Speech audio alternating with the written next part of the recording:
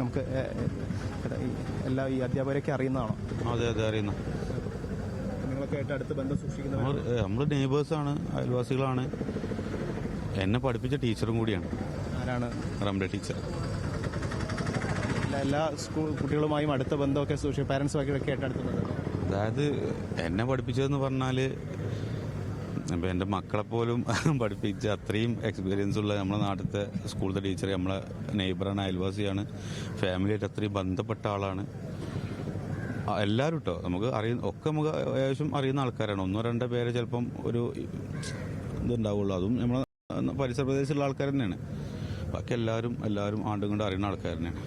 ഈ നാടുമായി ബന്ധമുള്ള ആൾക്കാർ തന്നെയാണോ? എല്ലാ മേഖലയിലും സജീവമായിരുന്നു. അതെ.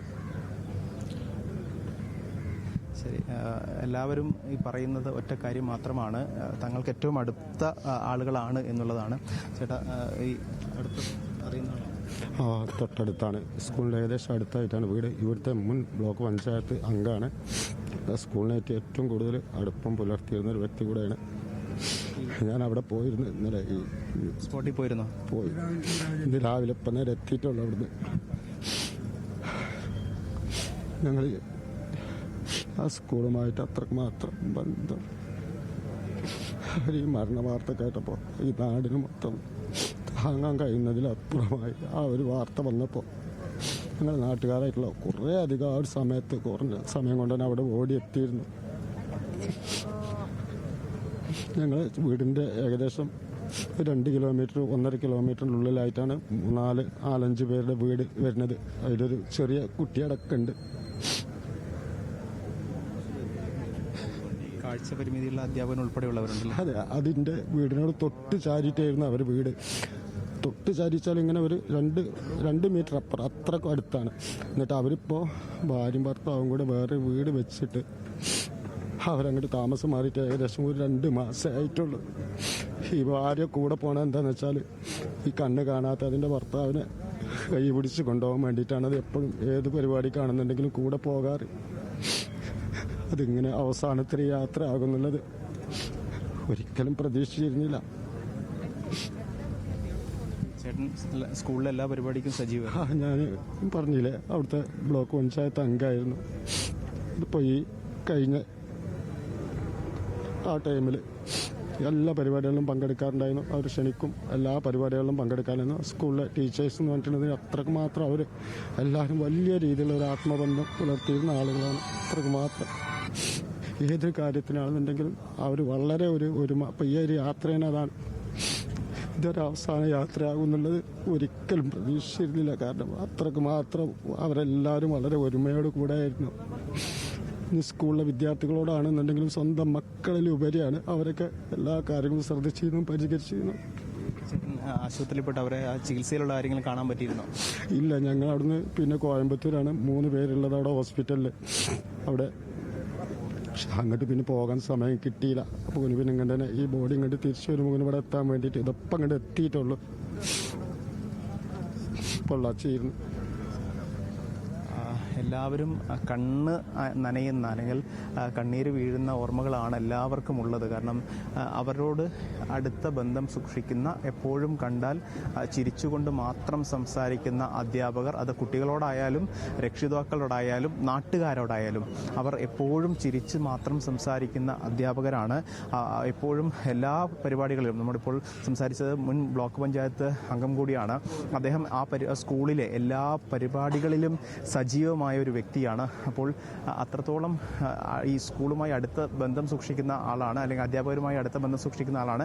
അതുകൊണ്ട് തന്നെയാണ് അദ്ദേഹം അത്രത്തോളം വൈകാരികമായി ഈ പ്രതികരണം നടത്തുകയും ചെയ്തത്. നേരത്തെ സൂചിപ്പിച്ചതുപോലെ ഒരു അധ്യാപകൻ, ഈ കാഴ്ച പരിമിതിയുള്ള അധ്യാപകനാണ്. ആ അധ്യാപകൻ ഈ സ്കൂളിലെ യാത്രയ്ക്ക് പോയത് ഭാര്യയോടൊപ്പമാണ്. ഭാര്യ അദ്ദേഹത്തിന് കാഴ്ച പരിമിതി ഉള്ളതുകൊണ്ട് തന്നെയാണ് ഇത്തരത്തിൽ ഭാര്യയുമായി ഒപ്പം യാത്ര ചെയ്തത്. നേരത്തെ അദ്ദേഹം പറഞ്ഞതുപോലെയാണെങ്കിൽ എല്ലാ പരിപാടികൾക്കും അല്ലെങ്കിൽ എന്ത് പരിപാടിക്കായാലും പുറത്തേക്ക് പോകുമ്പോൾ അദ്ദേഹത്തിൻ്റെ ഭാര്യ അദ്ദേഹത്തിനോടൊപ്പം ഉണ്ടായിരുന്നു. കാരണം ഈ കാഴ്ച പരിമിതി ഉള്ളത് കൊണ്ട് തന്നെ മറ്റു പരിപാടികളിലേക്ക് എത്തുമ്പോൾ ബുദ്ധിമുട്ട് അനുഭവപ്പെടരുത് എന്നുള്ളത് കൊണ്ട് തന്നെ തൻ്റെ ഭർത്താവിനെ കൈപിടിച്ച് നടത്താൻ ഉതകുന്ന രീതിയിൽ ഭാര്യ ഒപ്പം ഉണ്ടായിരുന്നു.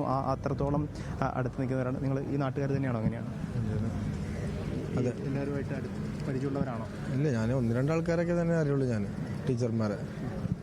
നിങ്ങൾ സ്കൂളിൽ പഠിച്ചതാണോ എങ്ങനെയാണ്? അല്ലെങ്കിൽ അല്ല, ഞാൻ ആ സ്കൂളിൽ പഠിച്ചിട്ടില്ല, ഈ സ്കൂളിലേ പഠിച്ചിട്ടുണ്ട്.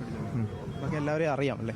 അറിയാം, ഒക്കെ ബാക്കിയുള്ള തന്നെ അല്ലേ. ഒന്ന് രണ്ട് അയൽവാസിയാണ്. ഈ കാഴ്ച പരിമിതി ഇപ്പോൾ 2 മാസം മുൻപാണല്ലേ അവർ പുതിയ വീടൊക്കെ വെച്ചത്. പക്ഷെ അതിൽ കഴിഞ്ഞപ്പോൾ ഏകദേശം ഒരു സങ്കടമായി പോയത്. ഒരാഗ്രഹിക്കുന്ന ഒരു വീട് വെക്കുക എന്നുള്ളത്. പക്ഷെ എന്താ ചെയ്യുക? മറ്റാരൊക്കെയാണ് അവരുടെ വീട്ടിലുള്ളത്? വീട്ടിൽ പിന്നെ പെങ്ങന്മാരാ, ആണായിട്ട് മജീദനെ ഉള്ളൂ. ഉമ്മ മരിച്ചതാണ്, ഉപ്പയൊക്കെ ഉമ്മ മരിച്ചതാണ്. പിന്നെ ഒരു അനിയത്തിയുണ്ട്, അതും സ്കൂൾ ടീച്ചറാണ്. അതിന് കാഴ്ചശക്തി പ്രശ്നമുണ്ടാണ്. മറ്റേ ആളുകളുണ്ടോ വീട്ടിൽ?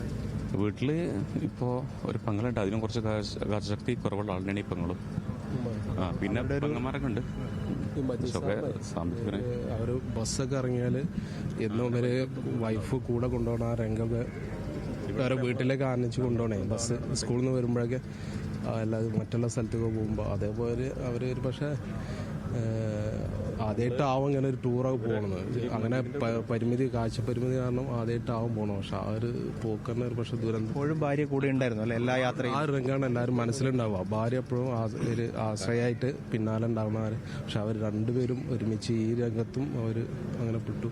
പിന്നെ ഈ പാങ്ങ് പറഞ്ഞ ഒരു ദേശത്തിന് ഇങ്ങനെ ഒരു ദുരന്തങ്ങൾ അനുഭവിച്ചുള്ള ഇതിന് മുമ്പൊന്നും ഉണ്ടായിട്ടില്ല. പക്ഷെ ഈ ഒരു ദുരന്തം ഭയങ്കര നമ്മൾ TV-യിലൂടെ മറ്റും കേൾക്കുന്നു, അതൊരു സമയത്ത് മറന്നു പോകുന്നു.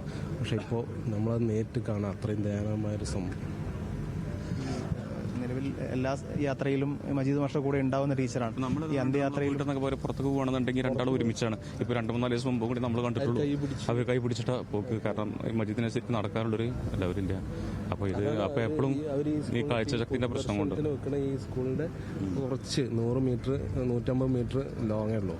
അപ്പോൾ അവർ അങ്ങനെ പോകുന്ന രംഗം നമ്മളടക്കൊക്കെ കാണാം. അതാണ് നമ്മളെ ഏറ്റവും ഒരു കണ്ണീരാക്കുന്ന സംഭവം.